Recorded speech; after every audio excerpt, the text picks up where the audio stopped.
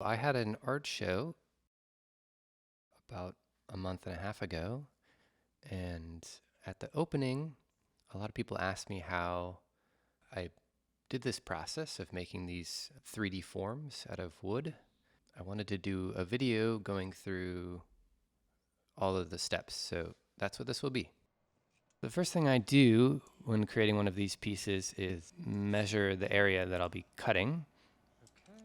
So I take that information and I bring it to Fusion 360 and I create a template and start sketching. I'm messing around. I have a lot of control and I can shape it however I want within what's possible with the machine I'm about to use. I like to make the shape do something out of character for wood, so something that would seem bizarre once it's a piece of wood. And for this one, I was trying something new, so I split it into two pieces. And then I draw out a trace around the form. And that's important down the road. Next up, I attach it to the table.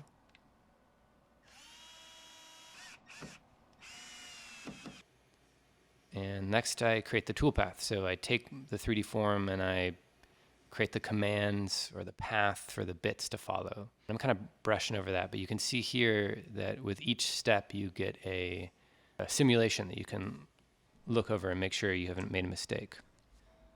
And then there's the routine for the ShopBot, which is doing the X and Y axis and then the Z axis, and the Z axis is finding the top point of wherever you'll be cutting.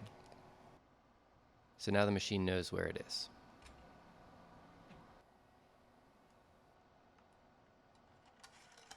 Starting things up, turning things on.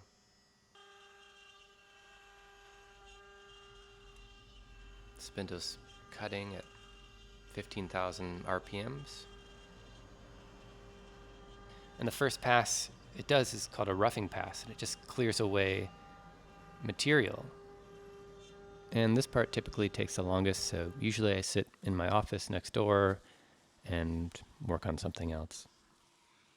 I like to vacuum up here to see how I'm doing.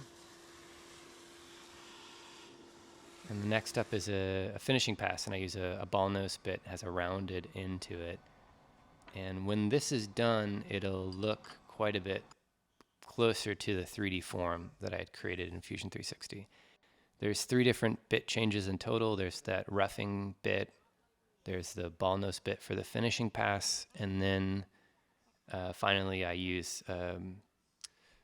my 1/2 inch, 2 inch end mill, which I'll use to cut out the form. Each time you change out a bit, you need to do the Z0 again.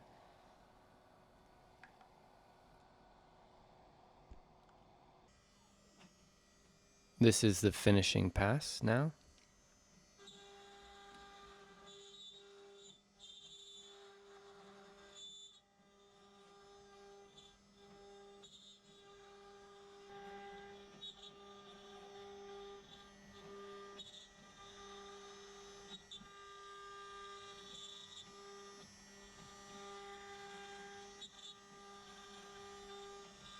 So now you'll be able to see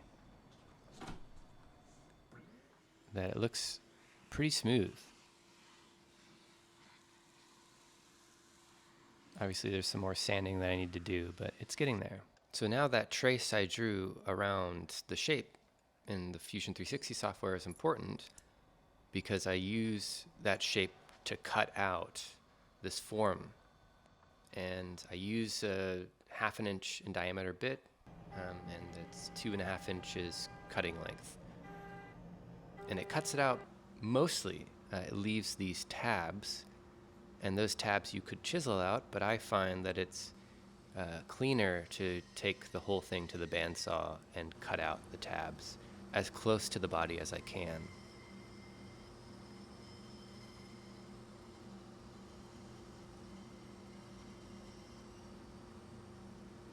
While I'm in the wood shop, I drill a hole with a Forstner bit, and it's probably better to do that on a drill press, but I was in kind of a hurry.